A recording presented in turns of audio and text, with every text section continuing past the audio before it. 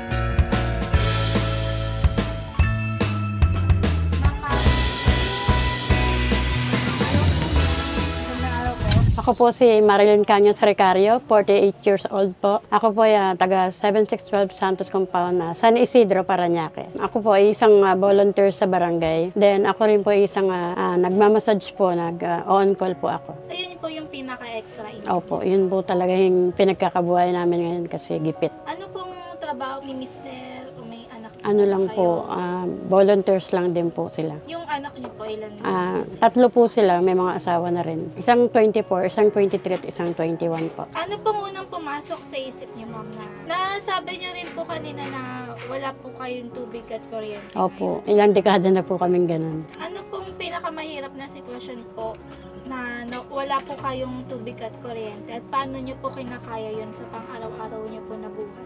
Sobra po talagang nangungupahan po talaga kami sa labasan namin. May bahay po kami pero nangungupahan po kami kasi para magkaroon po kami ng source may makuha kami ng tubig, tapos pag naglalaba po kami, tsaka pag wala po kaming kuryente na, pagka lobat na yung mga solar namin, doon, pupunta po kami doon. Talagang laban lang, pray lang po talaga. Ma'am, kapag wala kayong kuryente sa gabi, ano pong mga naiisip niyo habang tahimik at madilim pa ang paligid?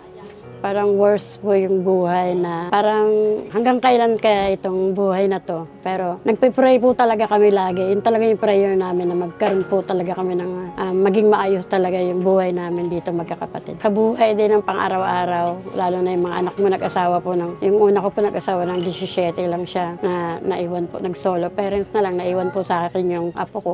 Parang kami na po yung magulang niya. Ang hirap po. Kasi tapos hindi naman po stable yung mga trabaho nila. Paano po nyo natutustusan yung pang-araw-araw nyo? Nag-extra po ako. Minsan nakikiano po ako sa may tindahan ng ka-churchmate ko. Tapos kahit gabi na, pag may magpapahilot po, nanghihilot po ako. Kahit masama yung pakiramdam mo, kailangan mo maghanap buhay. Kasi para makasurvive kayo na may makain kayo kinabukasan. Dahil yung sinasahod niyo po na 2,000 lang volunteers, talagang wala po talaga. Sa 2,000 po, ma'am, ilang linggo po yun? Isang buwan po yun. Isang buwan po. Napagkakasya po ba? Hindi po. Ang ginagawa namin, mahanap po ako ng pwedeng ekstrahan. Lahat ng mga pwedeng ekstrahan ko po. Sa dami ng mga problema niyo po, ma'am, ano po yung mga bagay na hindi niyo pa rin binibitawan? Yung pananalig sa Diyos talaga. Yun talaga na nagtitiwala po talaga ako na lahat talaga po yan masosolve talaga na makakaraos din kami. Bakit po, ma'am, pananalig sa Diyos?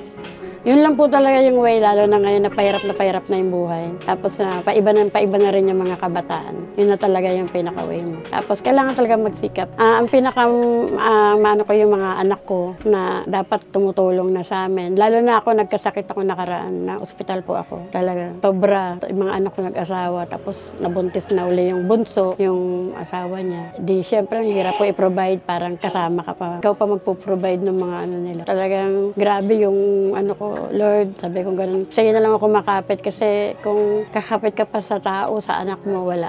Talagang bibigay ka po. Kaya sobrang thank you ko po na napili po ako. Kung tatanungin po kayo ngayon, ano po yung pinakapangarap niyo po para para sa inyo po at para sa pamilya niyo po? Yung makaraos po talaga kami sa buhay. Kahit hindi man basta makaraos lang. Tapos magkaroon nga yan ng negosyo talaga na maayos. Tapos yung pinaka pangarap talaga namin, magkaroon kami ng tubig at kuryente dito sa lugar namin. Sobrang excited po nila, tsaka natutuwa po sila para sa akin. Kasi kumbaga kung masama na yung pakiramdam ko, hindi ko na kaya pipilitin pa mag-massage. Sa family ko po, laban lang, mag-pray lang sila lagi at matinding pananalig sa Diyos. Kumbaga kung mawawala man kami talaga, dapat na mas matindi yung pananalig nila para makaraos sila sa buhay. Kasi yun lang po yung panlaban. Tsaka magsipag talaga. Ma'am, sa kabila ng hirap na pinagdaanan niyo po, ano po yung mensahe niyo sa mga katulad niyo pong pumapasok po sa laban? Basta po wag lang silang mawala ng pag-asa.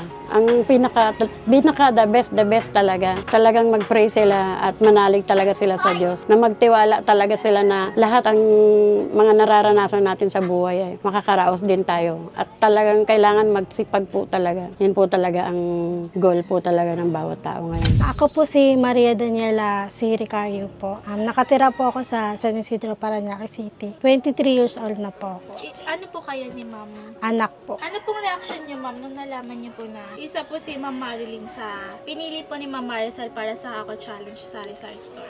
Yung una po, galing po kasi akong work nun. Pag-uwi ko po, na sinabi po sa akin ni mama na napili daw po siya. So ako po, parang di pa po marami pong mga scam po na So sabi ko po, baka scammer lang po. Tapos nagulat po ako na ngayon po dumating po kayo. So masaya po yung pakiramdam ko po na kahit papano po natulungan po kami at nabigyan po kami ng blessing po. Ano pong message niyo sa family niyo, ma'am? Message ko po sa kanila, salamat po sa pagtsatsaga po nila sa akin dahil pasaway po kasi talaga akong anak po. Nagpapasalamat po ako kay mama at papa po kasi kahit ano pong ginagawa kong mali po ay tinatama po nila ako at sa mga kapatid ko po, tinutulungan din po nila ako. At message ko po sa kanila na tatagan lang po namin sa lahat ng hamon na kinakaharap po namin ngayon. At sabayan po namin ng panalangin po sa Diyos, yun lang po. Ako po si Reynaldo Ricario, taga 7610 po, Santos Compound. Si Marilyn po, Cañas Ricario, may bahay ko po. Labis po akong natuwa, ma'am, nung naikwento po sa akin ni Mrs. na siya nga daw po yung pinalad na mabunot nung Ako Challenge. Nagpapasalamat po ako sa unang-una po sa Panginoon, pangalawa po sa bumubuo po ng team ninyo ng Ako Challenge. So ang message ko po sa family ko ay tuloy lang po ang buhay kahit kami po ay ganito. Minsan wala po kaming kuryente, wala po kaming tubig dito. Tuloy lang po ang buhay para kahit paano po andyan naman po si God para magbigay po ng tao sa amin na tutulong sa amin. Bakit po kayo sumali dito po sa Ako Challenge sa Rizal Store ni Ma'am Maricel Tulfo? Talagang pangarap ko po talaga na magkaroon talaga ng tindahan. Kasi dati po nagtindahan ako kaso po nalugi po kasi nagipit din po kami. Kaya talagang nung nakita ko po yung niya, yung pamaskong talagang nag-effort po ako. Tapos nag-pray po talaga ako na mapili po ako. Ano pong message niyo po kay Ma'am Maricel Tulfo po na isa po kayo sa napili niya para sa Ako Challenge sa Rizal Store? Maraming salamat po sa blessing po na pinagkaloob niyo po sa amin at sa tulong po kay mama po. At sana po ay marami pa pong blessing po na dumating po sa inyo. Salamat po.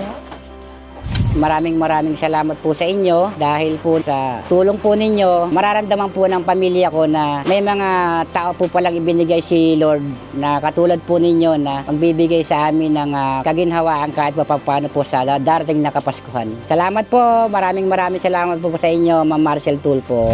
Sa inyo po, Ma'am Maricel Tulfo, maraming pong salamat. Talagang sobrang blessed ko po na natupad po yung pinag-pray ko. Na nung po ako ng video, sabi ko, Lord, ibigay niyo po sa akin to. Pero kung hindi po talaga para sa akin, okay lang po. Antayin ko po yung blessing. Pero maraming po salamat. Sobra talagang agad-agad po talaga na binigay talaga ni Lord yung blessing na to. Ibig sabihin para sa akin po talaga to. Maraming salamat po at sana po marami pa po kayong matulungan. Maraming salamat po, Miss Maricel Tulfo. Thank you po.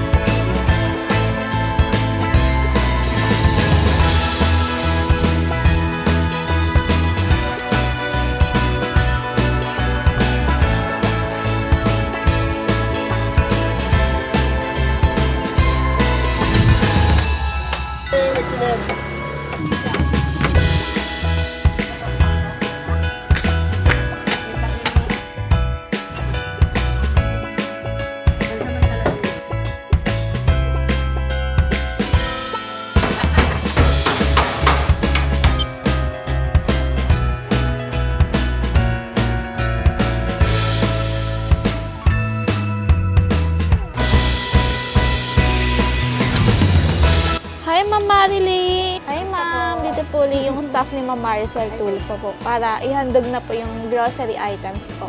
Tara, Ma'am, tingnan po natin.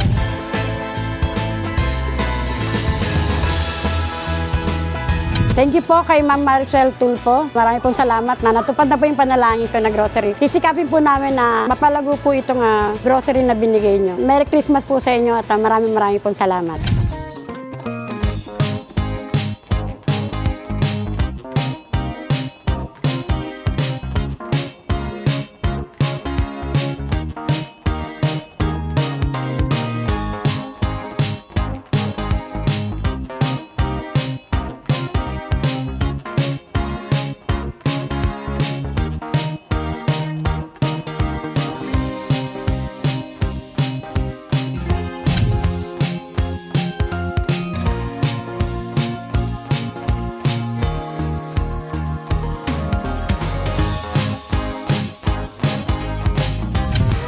Maraming salamat po, Miss Maricel Tulfo. Sa dami-dami po ng mga taga-Parañaque, ako po yung napili. Mga taga-Parañaque, sumali po kayo sa Hakot Challenge Pamaskong Handog ni Mang Maricel Tulfo. Get out! Thank you!